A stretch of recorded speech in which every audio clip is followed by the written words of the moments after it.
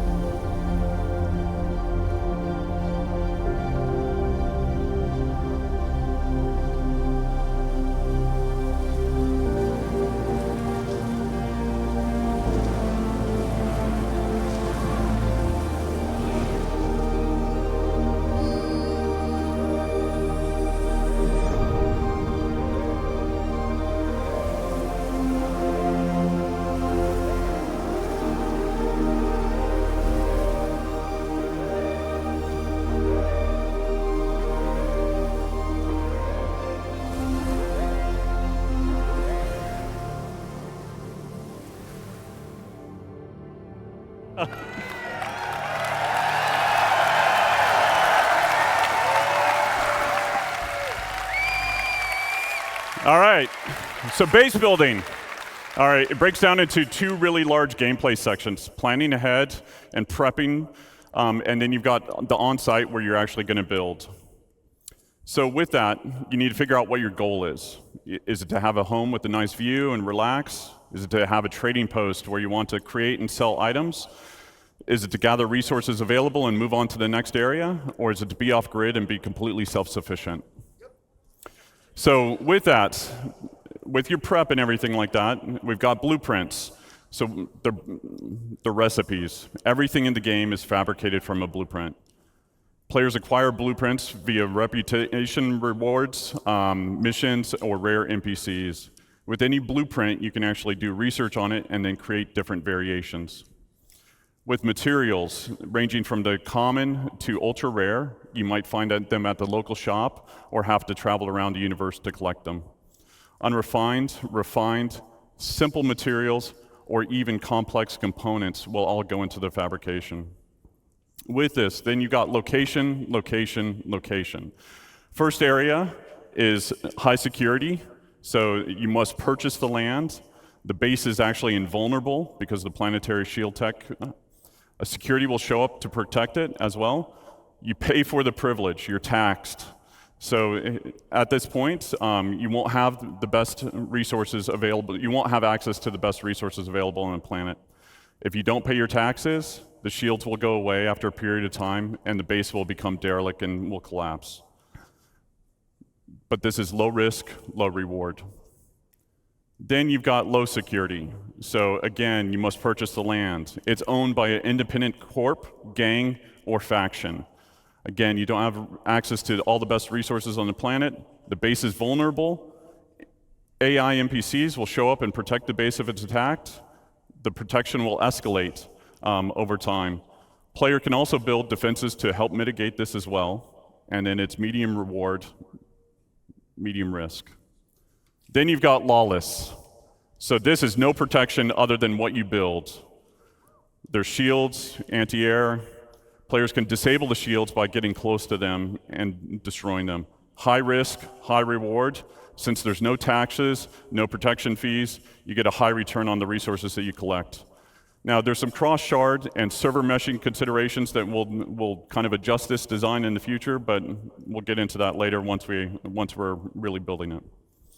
So from here, you've got the tools. So this is what we would consider a surveyor. With this, we want to actually cater to everybody's playstyle, whether you're solo or in an org.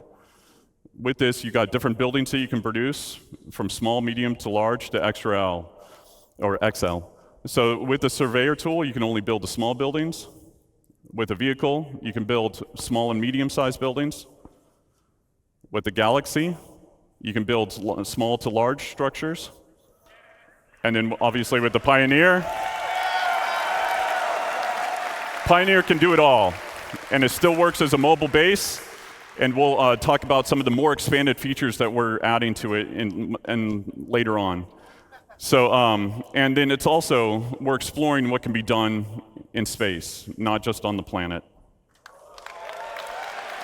So from here, you set off on your journey.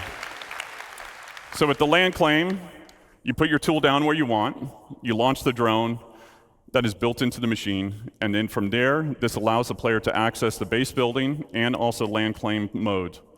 With the land claim modes, the player can actually change the size and position of what area they want to claim, and it also shows you the cost and taxes associated with it. If it's in a taxable zone and you don't own the land, this interface will default to it. So if you own land or it's in a lawless area, it'll automatically go to base building mode. So with the overhead view of the land, you can actually place down buildings exactly where you want. You can see the resources beneath the surface. And then you can also place multiple buildings before you actually build. So you can see how it will all kind of come together. You'll see the resources that are needed for it. And then you can also switch back and forth between different modes, which are showing off the resource network and how you link basically power generators to consumers. And then the player can move or deconstruct existing buildings right now with no charge. Fabrication. So when you basically build these buildings, they don't come with any furnishings. And if you didn't bring any with you, then you want to build a fabricator. So depending on what you want to build, there's different sizes of them that support buildings from decorations, armor, weapons, components, and even ships.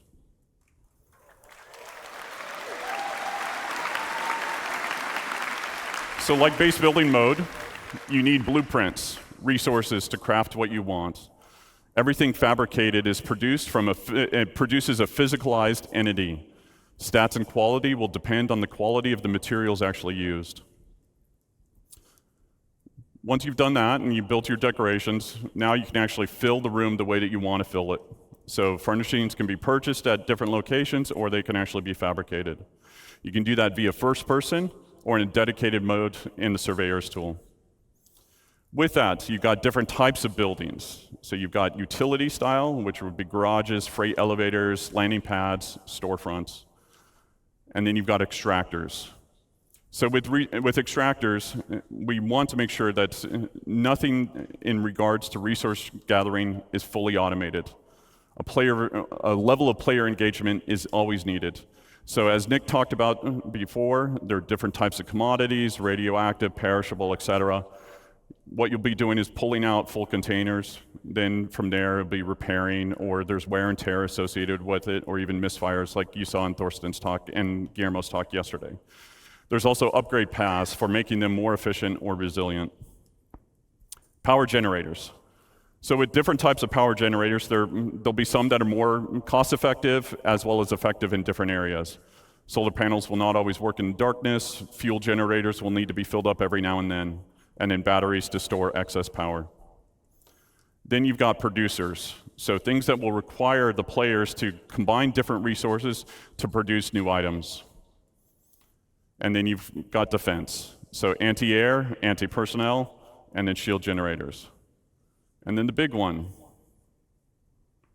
We start development Q1. So that's me. Thank you all. Thank you for coming. It's wonderful to see you.